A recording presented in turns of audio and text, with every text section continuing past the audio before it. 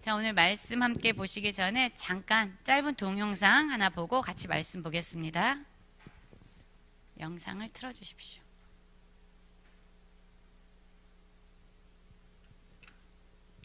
광주에 살고 있는 36살 김진태라고 합니다. 38세 주부 이지민입니다. 자신 있어서 한 건 아니고요. 한번 열심히 맞춰보겠습니다. 제가 맞췄을 때 어떤 미세한 움직임 그 느낌을 공략해서 맞춰보도록 하겠습니다.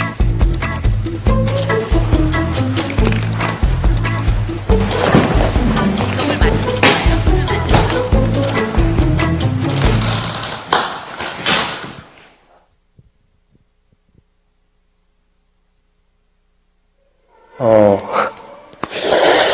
일단 손이 조금 작으신 거 보니까 여성, 무거운 걸 되게 많이 들었을 것 같다는 생각이. 일단 물을 조금 많이 만지실 것 같거든요. 이게 성별은 여자, 이렇게 가사 도우미. 아프신 분, 이렇게 돌봐주시는 분을 뭐라고 하죠? 좀 많이 딱딱하네요. 단순 같은 거. 주름, 이렇게 일을 많이 하시는 분이에요. 박스나. 일도 조그만 게 아니라 오랜 세월 많이 하신 것 같아요. 네. 아, 눈부셔.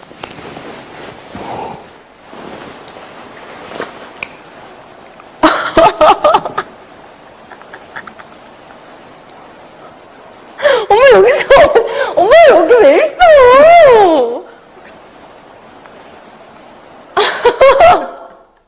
너는.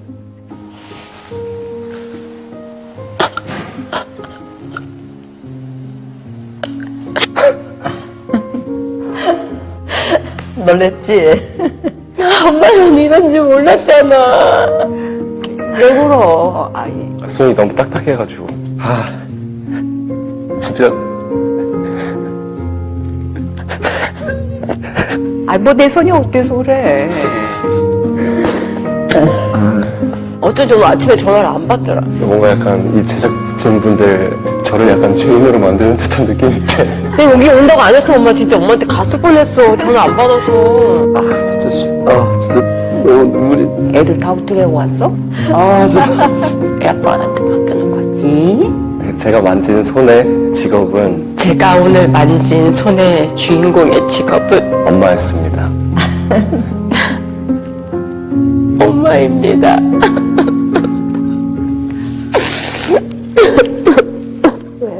너무 재밌지 않아? 진짜 이러면 되네. 진부에 나갈 것 같아. 고마워. 야야. 엄마 우리 맛있는 거 내가 맛있는 거 사줄게. 엄마는 화장품도 사줄게.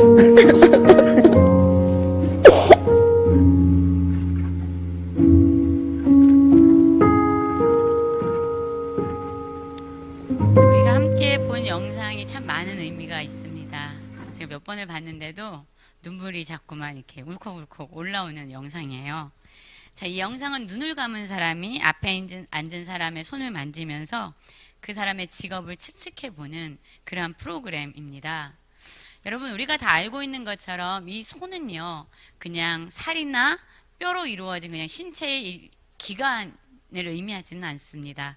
사실 한 사람이 지나온 삶의 이야기가요, 이 손에 담겨져 있기 때문에 어쩌면 우리는 이 손이 생애의 보따리가 아닌가라는 생각을 하게 됩니다.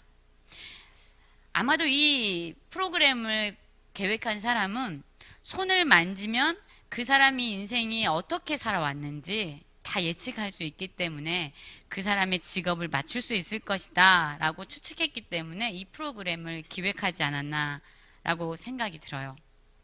자, 안대를 쓰고 눈을 감은 사람들은 몰랐어요. 그쵸?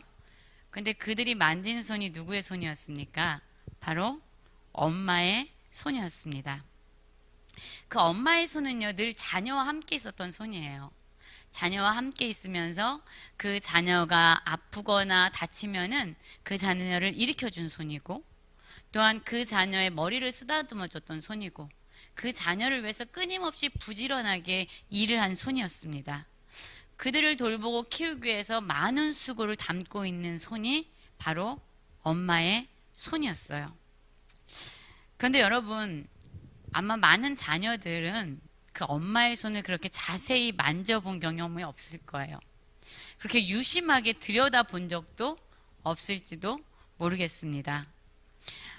정말 우리 엄마 손이 이랬어? 그러면서 여기에 나오는 사람들이 다 눈물을 흘리잖아요. 왜 그러죠? 만져보니까 그때 깨닫게 되는 거예요. 우리 엄마의 손이 이렇게 거칠어졌어? 이렇게 조그만 손, 끊임없이 물을 많이 만지던 그런 손, 무거운 거, 박스 같은 거를 끊임없이 들어 올리고 그 박스를 줍고 정리한 손, 그런 손, 다른 사람의 손인 것 같은데 그 사람의 손이 누구의 손이었습니까? 바로 우리 엄마. 나를 키워주고, 나를 돌봐주고, 나를 위해서 기저귀를 빨아주고, 나를 위해서 끊임없이 반찬과 밥을 해대고, 청소를 해대고, 걸레를 빨고 했던 그 우리 엄마의 손이었구나. 그것을 깨닫게 되는 그러한 프로그램이에요. 안대를 벗었을 때 그게 우리 엄마 손이고, 우리 엄마 손이 이렇게 거칠고 투박하고 이렇게 굳은 살이 배길 정도로 딱딱했구나를 보면서 그 사람들이 뭘 느껴요? 아우, 내가 죄인 된 느낌이야. 내가 우리 엄마를 이렇게 고생시켰구나. 우리 엄마가 나를 위해서 이렇게 희생했구나를 깨닫게 된 겁니다. 여러분, 여기에 있는 우리 성도님들, 우리는 어머니이자 아버지이기도 하죠. 또 우리의 부모님들도 다 계시죠. 돌아가신 분도 물론 많고요. 근데 우리에게도 아마 꽃다운 시절을 보낸 분들이 있을 거예요. 우리 손 한번 보시겠어요? 내 손 한번 보세요. 지금 어떠세요? 주름도 있고 굳은 살도 있고 상처의 흔적도, 뭐 뜨거운 걸 만지다가 화상을 입은 자국도 여러 가지가 있을 겁니다. 그런데 아마 한때는요, 우리의 손도 다 이렇지는 않았을 것 같아요.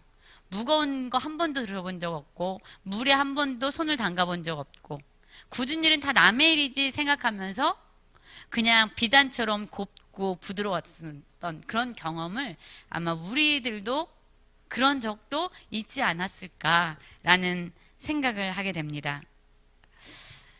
우리 성도님들, 집사님들, 권사님들 가끔 제가 이렇게 손을 만져보잖아요. 그럼 뭐 다는 아니지만 조금은 우리 권사님들, 집사님들, 우리 성도님들의 손을 만지다 보면은요, 그분의 삶이 어떠했는지 아주 조금은 추측할 수 있고 생각할 수 있게 됩니다. 자, 어쨌든 우리의 손 대단히 많은 일을 하고 있어요. 그죠? 우리의 신체 중에서 가장 많이 수고한 우리의 손 한번 쓰다듬어 주세요. 아유, 지금까지 너무 수고했다. 나 자신을 위해서뿐만 아니라 다른 사람을 위해, 특별히 우리가 사랑하는 사람을 위해서는 여지없이 수고를 아끼지 않은 그런 신체의 기관이 바로 우리의 손입니다. 여러분, 그러면 우리 하나님 아버지의 손은 어떨까요? 우리는 하나님의 아버지의 손을 볼 수 없습니다.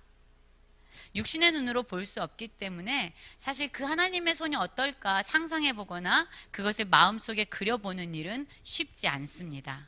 그러나 여러분, 한번 생각해 보십시오. 만약에 하나님의 손을 직접 볼 수 있다면 하나님 아버지의 손은 어떻게 생겼을까요? 그분의 손은 어떨까요? 우리가 넘어질까 봐 노심초사하는 손, 우리가 넘어지면 일으키기 바쁜 손, 우리가 죄악에 물들까 봐 우리가 죄로 가는 그 길을 막아서는 손, 아마 그런 손, 여전히 우리를 구원하시기 위해서 바쁘고 분주하게 일하는 그런 손이 우리 하나님 아버지의 손은 아닐까라는 생각을 하게 됩니다. 오늘 우리가 읽었던 창세기 19장 1절부터 16절까지만 읽었는데요. 사실 그 뒷절까지 계속 읽을 수 있지만 오늘은 16절까지만 말씀을 보겠는데요. 오늘 우리가 함께 읽은 본문에서 보면 손이라는 단어가 4번 나옵니다. 한번 10절을 보시겠습니까? 그 사람들이 손을 내밀어 롯을 집으로 끌어들이고 문을 닫고 라고 이야기하면서 거기에 손이 나옵니다. 이 손은요, 소돔 사람들에게 공격을 받는 롯을 건져서 끌어내는 그런 천사들의 손입니다. 하나님이 보내신 사자들의 손이에요. 그리고 또 16절에 보면은요, 손이 나옵니다. 그러나 롯이 지체하매 그 사람들이 롯의 손과 그 아내의 손과 두 딸의 손을 잡아 인도하여 성 밖에 두니 여호와께서 그에게 자비를 더하심이었더라 라고 말하면서 롯의 손, 그 아내의 손, 두 딸의 손이 나오고 있어요. 그러나 사실 여기에는 직접적으로 기록되지 않았지만 롯의 손이나 그 아내의 손이나 또 그 두 딸의 손이 중요한 것이 아니라 그 손들을 잡아 끌어낸 바로 천사, 하나님이 보내신 그 사자들의 손이 더 중요한 의미로 부각되어져 있습니다.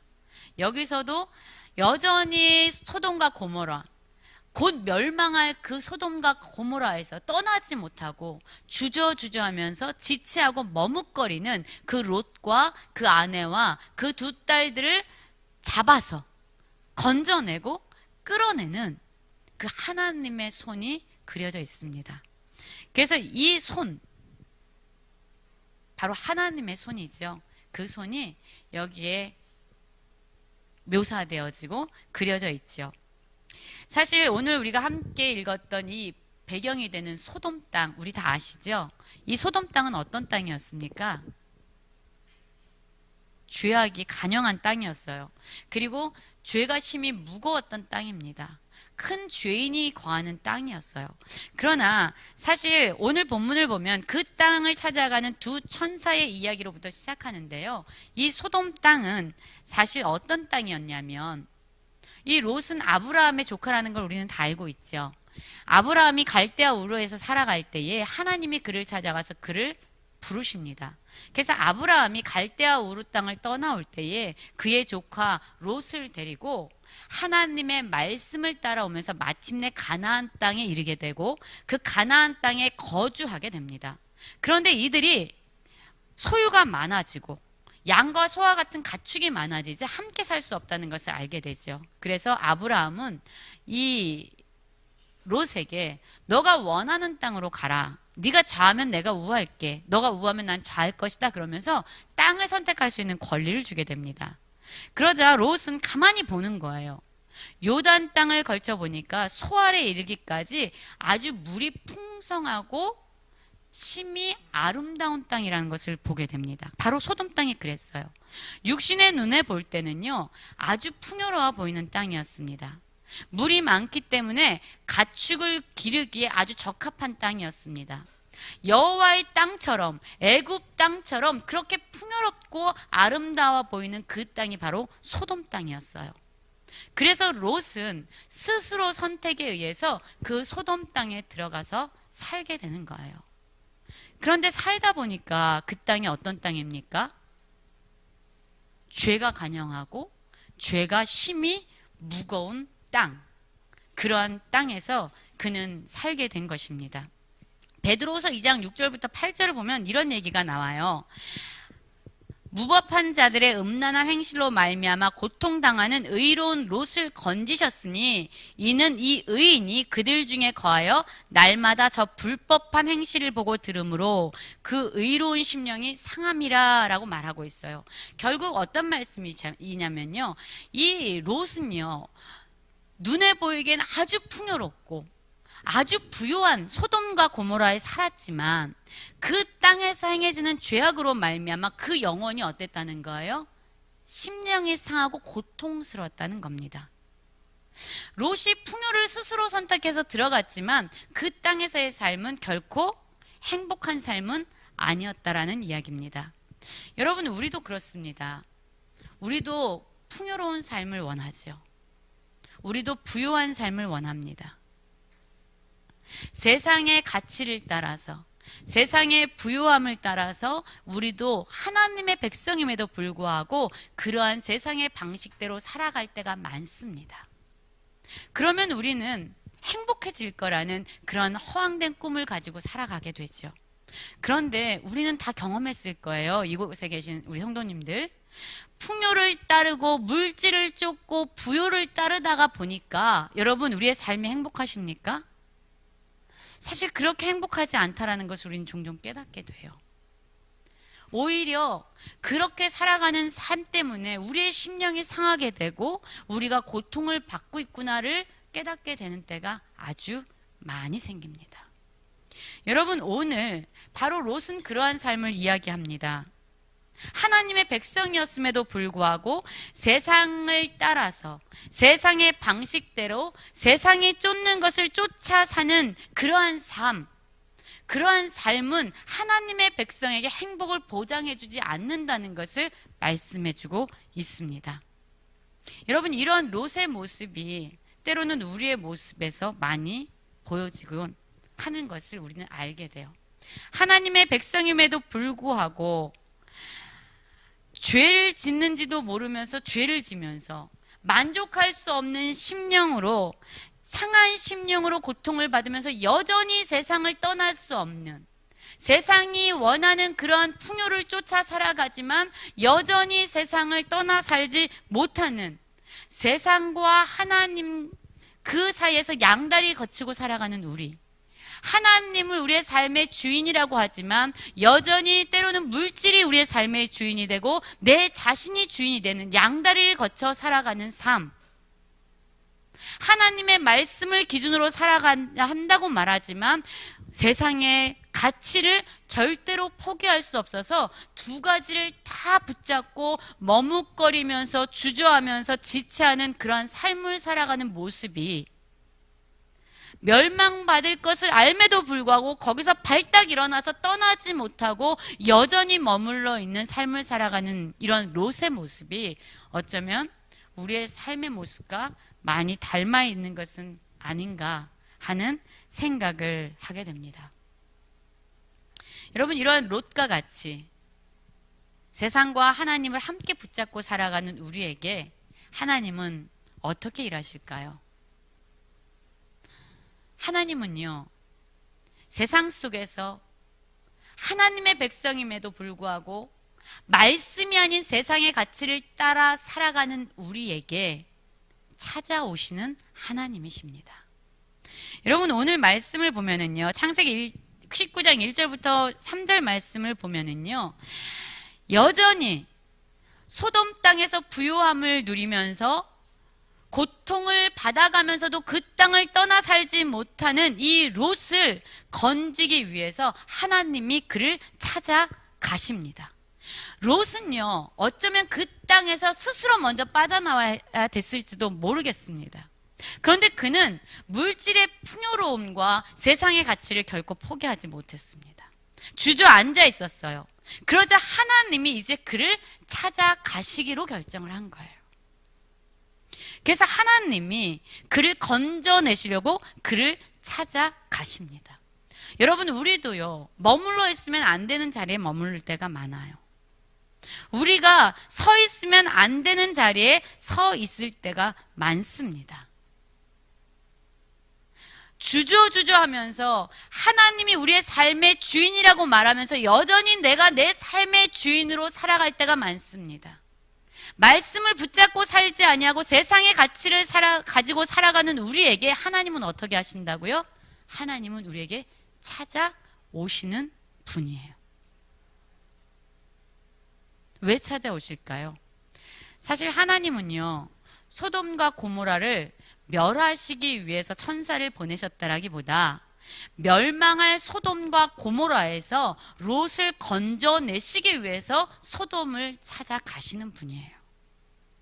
여러분, 하나님은 우리를 세상과 함께 멸망시킬 수 없기 때문에 우리를 찾아오셔서 우리를 건지기 위해서 우리를 찾아오시는 그러한 하나님입니다. 그리고 하나님은 어떤 하나님이십니까? 하나님은 손으로 일하시는 하나님이에요. 어떻게 일하시는 하나님이냐면, 우리 아까 10절을 읽었죠. 우리 한번 다시 보겠습니다. 그 사람들이 손을 내밀어 롯을 집으로 끌어들이고 문을 닫고라고 말하고 있었습니다. 여러분, 이 롯의 집으로 남녀노소 할 것 없이 소돔 많은 사람들이 그 집을 애워쌌습니다. 그리고 말하는 겁니다. 뭐라고 말하고 있습니까? 너희 집에 들어간 그 천사를 우리에게 내어달라. 우리가 그와 상관해야 되겠다라고 이야기하면서 두 천사를 지금 요구하고 있어요.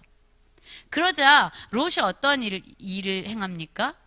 그가 문 밖으로 나갔습니다. 그리고 그 사람들에게 얘기하는 거죠. 뭐라고 얘기합니까?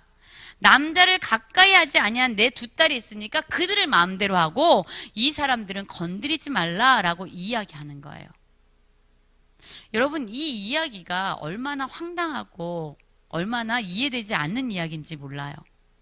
소돔과 고모라에서 살다 보니까요, 자기 딸들을 그들에게 내어주는 죄도 그는 죄가 아니라고 생각한 겁니다. 천사들을 지키기 위해서 내 딸을 내어주는 것, 여러분, 이게 이해가 되는 일입니까? 이해가 되지 않는 일이에요. 이 롯은 무슨 생각을 하고 있냐면, 내가 하나님의 일을 하기 위해서 나는 어떠한 죄도 지을 수 있다라고 생각하는 거예요. 나는 하나님이 보낸 천사를 지키기 위해서 세상의 방식대로 그러한 음란과 성적인 일을 해도 괜찮다라고 생각하고 있는 겁니다. 이렇게 거룩하지 못한 세상의 방식에 물들어 있는 롯, 그러나 여전히 세상의 죄악으로부터 물들고 고통당하는 롯이 천사들을 건진 것이 아니라, 여러분, 누가 누구를 건집니까? 롯은 천사들을 건지지 못했습니다. 오히려 천사들이 손을 내밀어서 그 소돔 사람들로부터 공격을 당하고 그들로부터 고통을 당하기 전에 이 천사의 손이 롯을 건져 구원하게 되는 거예요. 여러분, 세상의 방식으로 우리는 하나님 나라의 일을 할 수 없습니다. 세상의 방식으로, 세상에 거룩하지 않은 방식으로 우리는 하나님의 이름을 높일 수 없습니다. 우리가 하나님의 일을 한다고 착각할 수 있어요. 죄를 지으면서도 죄인지 모르고 우리는 여전히 하나님을 위해서 일하고 있다고 생각할 수 있을지 모릅니다. 그러나 여러분, 하나님은 그렇게 죄에 물들어서 세상 방식대로 하나님의 일을 할지 모르는 우리들을 죄에 거룩하지 못함으로부터 우리를 건져내세요. 스스로 죄를 짓는지도 모르면서 세상의 방식으로 살아가는 우리를 하나님은 거룩함으로 건져내시는 분입니다. 여러분, 하나님의 손이 우리를 보호하고 계십니다. 무엇으로부터? 세상의 죄악으로부터 우리를 보호하시고 세상으로부터 고통당하는 우리가 부서지지 않도록, 파괴되지 않도록 그분의 손이 우리를 건져내시고 구원하시는 손이라는 것을 우리는 기억해야만 합니다. 그리고 또한 하나님의 손이 일하시죠. 우리 아까 같이 한번 봤는데요. 우리 다시 한번 읽어볼까요? 16절입니다. 같이 한번 읽겠습니다. 시작. 그러나 롯이 지체하매 그 사람들이 롯의 손과 그 아내의 손과 두 딸의 손을 잡아 인도하여 성 밖에 두니 여호와께서 그에게 자비를 더하심이었더라. 아멘. 여러분, 이 소돔 땅, 오늘 보면은 이 말씀에서 보면은요, 우리 13절부터 15절까지 말씀을 보면은요, 멸하다라는 단어가 4번에 걸쳐서 나오고 있습니다. 13절 한번 보면은요, 여호와께서 이곳을 멸하시려고 우리를 보내셨느니 우리가 멸하리라 라고 말하면서 이 소돔 땅은 멸망당할, 멸하게 될 땅이라는 것을 말씀해주고 있습니다. 그리고 또한 말씀하고 있지요. 15절에서도 뭐라고 말씀합니까? 두 딸을 이끌어내라. 이 성의 제약 중에 함께 멸망할까 하노라 라고 말하고 있습니다. 14절에서도 여호와께서 이 성을 멸하실 터이니 라고 말씀하고 있습니다. 여러분, 이 소돔 땅은 하나님을 향한 죄악으로 말미암아 멸망당할 그러한 땅이었어요. 그럼에도 불구하고 롯과 그의 아내와 그 두 딸들은 어떻게 하고 있습니까? 그 땅을 떠날 생각조차 하고 있지 않습니다. 그냥 그 땅에 지체하고 있어요. 그들이 죽을까봐, 그들이 멸망당할까봐 급한 것은 롯이나 그의 아내나 그 딸들이 아니라 오히려 하나님의 마음이 불타고 있었습니다. 그래서 12절에서 보면 이렇게 말하는 거예요. 그 사람들이 롯에게 이르되 이 외에 내게 속한 자가 또 있느냐? 내 사위나 자녀나 성 중에 내게 속한 자들을 다 성 밖으로 이끌어내라. 야, 롯아, 이 땅 곧 멸망할 거야. 내게 속한 자들을 다 이끌어내야지 라고 말하고 있어요. 13절에서도 이렇게 말합니다. 여호와께서 이곳을 멸하려고 우리를 보내셨어. 이곳은 멸망당할 거야 라고 계속 말을 하는 거예요. 그러니까 그때까지 눌러 앉아 있었던 롯이 나가서 그 딸들과 결혼할 사위들에게 말을 하지요. 여호와께서 이 성을 멸하실 터이니 너희는 일어나 이곳에서 떠나라 라고 말합니다. 그때서야 일어나서 말합니다. 이곳 멸망할 거야. 그러니까 이곳을 떠나야지. 그러니까 사위가 뭐라고 말합니까? 그의 말을 농담으로 여겼다라고 이야기해요. 여러분, 우리가 롯처럼 하나님의 백성임에도 불구하고 하나님의 말씀을 따라 살아가지 않을 때, 세상의 방식대로 세상의 가치대로 살아갈 때 여러분, 세상은 우리를 비웃고 조롱하게 되는 거예요. 마치 롯이 그의 사위들에게 어떠한 말을 해도 그 모든 말이 농담으로 여겨진 것처럼 여러분, 하나님의 백성이 세상의 방식으로 살아갈 때 세상은 우리를 조롱하게 될 겁니다. 그렇게 멸망할 땅이라고 말을 해도 그의 말은 우습게 여겨졌습니다. 그러자 이 롯은 어떡합니까? 동이 틀 때가 될 때까지 15절을 보면 롯은 움직이지 않고 있습니다. 롯을 재촉하는 것, 이 멸망받을 땅에서 그를 빨리 일으키고자 하는 것은 누구의 열심입니까? 롯의 열심이 아니라 하나님의 열심이에요. 하나님이 그를 재촉하고 있습니다. 일어나라, 일어나라. 내 아내와 두 딸을 이끌어내야지 이 성의 죄악 중에 함께 멸망할까 봐 한다라고 또다시 하나님이 이렇게 재촉하고 있어요. 그러자 16절에서도 이렇게 말하지요. 그러나 롯이 지체하매라고 말합니다. 여전히 머물러 있는 롯, 그리고 여전히 눌러 앉아 있는 그의 아내와 여전히 머무르거리면서 그 땅을 떠나기를 주저하는 이 롯의 두 딸들. 여러분, 이렇게 지체하고 세상에서 주저하는 그들을 누가요? 하나님의 손이 그들의 손을 잡아 인도해서 그들을 성 밖에 두었다라고 말하고 있어요. 여러분, 하나님의 손은요, 우리를 구원하려는 열심 때문에 한시도 쉬지 않고 일하고 있음을 우리는 기억해야 합니다. 여러분, 지금 하나님의 손은 어떠한 손으로 그려지고 있습니까? 하나님의 열심이, 하나님의 손이 일하시기 때문에 우리가 구원함을 얻은 거예요. 여러분, 우리의 삶도 롯의 삶과 별반 다르지 않습니다. 우리는 잘못된 줄 알고 있어요. 우리의 삶이 하나님의 말씀을 따라 살아가지 않고 있다는 것을 알고 있어요. 우리의 삶이 하나님이 우리의 삶의 주인이 되지 않는 삶을 살아간다는 것을 우리는 알고 있습니다. 그러면서도 우리는 여전히 주저하고 여전히 머뭇거리고 여전히 지체하면서 우리가 눌러 앉아있는 이 자리, 죄악된 길, 게으름의 이 자리에서 우리는 떠날 생각조차 하지 않을 때가 많이 있어요. 말씀을 보아야 되지요. 기도해야 되지요.